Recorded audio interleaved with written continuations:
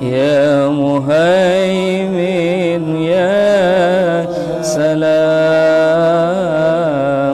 يا مهيمن يا سلام سلمنا والمسلمين للنبي خير الأنام وبأم المؤمنين اللهم صل وسلم وبارك عليه وعلى آله وصحبه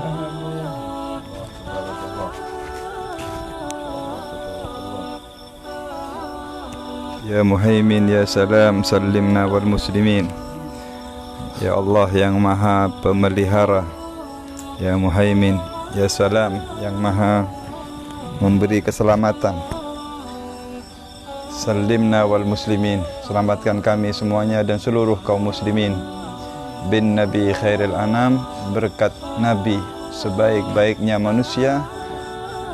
Wa bi ummil mu'minin, dan berkat perantara ibunya kaum mukminin, Sayyidatina Khadijah Al-Kubra binti Khuwailid zaujatin Nabi Muhammad sallallahu alaihi wasallam. Insyaallah ini qasidah karangannya Habib Ahmad bin Muhammad Al-Muhdar, salah satu ulama besar ketika beliau terancam dikejar-kejar oleh para orang-orang yang zalim. Beliau lari di Mekah itu, beliau masuk ke makamnya Siti Khadijah yang dahulu masih ada kubbah, masih tertutup. Itu makam tertutup, kubbahnya tertutup. Ketika Habib Ahmad ini baca itu, beliau masuk. Subhanallah, Allah kasih jalan, beliau masuk ke dalam dan terkunci itu kubbah. Setelah didobrak itu pintu, Habib Ahmad nggak ada di dalam. Nah, beliau baca qasidah ini. Ini namanya tawassul, minta permohonan perlindungan kepada Allah Subhanahu wa taala. Kita sangat butuh untuk minta perlindungan di zaman sekarang dari segala macam bahaya, segala macam bencana, penyakit. Ini yang lagi banyak orang bingung sekarang, virus, wabah. Tapi yang paling membahayakan sebenarnya dosa dan maksiat. Itu jauh lebih bahaya daripada penyakit, daripada virus. Kalau penyakit ini ya paling mentok ujungnya nanti kematian.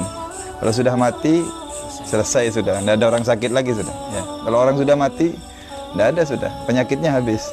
Tapi kalau dosa ini terus urusannya sampai alam barzakh, sampai alam kebangkitan, sampai akhirat, sampai nanti penentuan ya, ditimbang oleh Allah. Mudah-mudahan kita diselamatkan oleh Allah Subhanahu wa taala. Ya Muhaimin ya Salam salimna wal muslimin bin Nabi khairil anam wa bi ummil mu'minin. Ini juga di sini samping minta berkahnya Nabi Muhammad sallallahu alaihi wasallam, kita diajarkan di qasidah ini caranya meminta kepada Allah dengan bertawassul ya. Mencari perantara orang-orang yang dekat kepada Allah. Ya, orang yang paling dekat Nabi Muhammad sallallahu alaihi wasallam. Ya, ada puncaknya dari segalanya Nabi Muhammad. Kita minta kepada Allah berkat perantara Nabi Muhammad dan Ummul Mukminin. Nah, di sini pengarang qasidah ini Habib Ahmad ini sangat terkenal, sangat dekat ta'alluq, kuat hubungannya dengan Siti Khadijah, Siti Khadijatul Kubra. Bahkan sampai mendapatkan perhatian khusus pada Siti Khadijatul Kubra. Siapa Siti Khadijah? Siti Khadijah adalah manusia yang paling dicintai oleh Nabi Muhammad SAW. Dia wanita, seorang wanita, aslinya wanita biasa, tetapi karena dia telah menentukan pilihan, dia yang asalnya Siti Khadijah ini yang melamar Nabi Muhammad. Ya, kita tahu dalam sejarah ketika Siti Khadijah menikah dengan Nabi umurnya berapa? 40. Umur 40 tahun Siti Khadijah. Nabi Muhammad masih bujangan.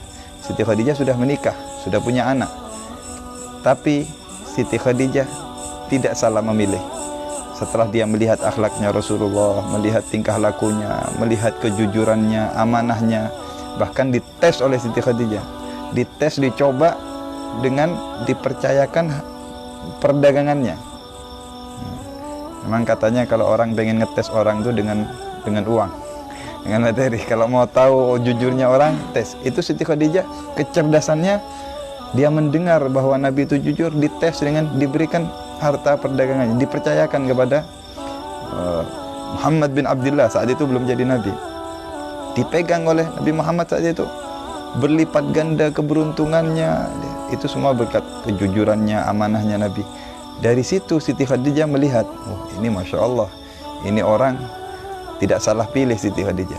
Siti Khadijah yang melamar Nabi Muhammad SAW, tapi siapa yang beruntung? Bukan Nabi yang beruntung, Siti Khadijah lah orang yang paling beruntung. Ketika Nabi diangkat jadi Nabi dan Rasul, dia otomatis menjadi ibunya seluruh kaum muslimin di dunia ini sampai hari kiamat. Dan dia menjadi orang yang paling dicintai Nabi, paling disayangi Nabi. Bahkan setelah dia wafat, Nabi tidak pernah melupakan.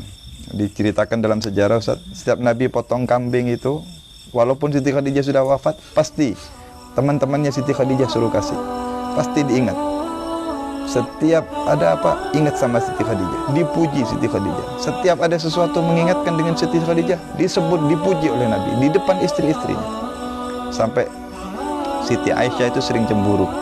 Siti Aisyah sering mengatakan, ya Rasulullah, kenapa kau masih ingat-ingat orang tua yang sudah keriput, sudah lama meninggal? Kau dikasih ganti oleh Allah gadis yang muda seperti aku, masih gadis, masih cantik. Kenapa kau ingat-ingat orang yang sudah lama mati? Apa jawab Nabi? Wallahi ma abdalani Allahu khairan minhu. Demi Allah, Allah belum beri aku ganti yang lebih baik dari dia. Ini padahal sudah lama meninggal Siti Khadijah. Walaupun Nabi istilahnya kan istri sudah lama meninggal, ini kan mestinya lebih perhatian sama istri yang hidup ya kan.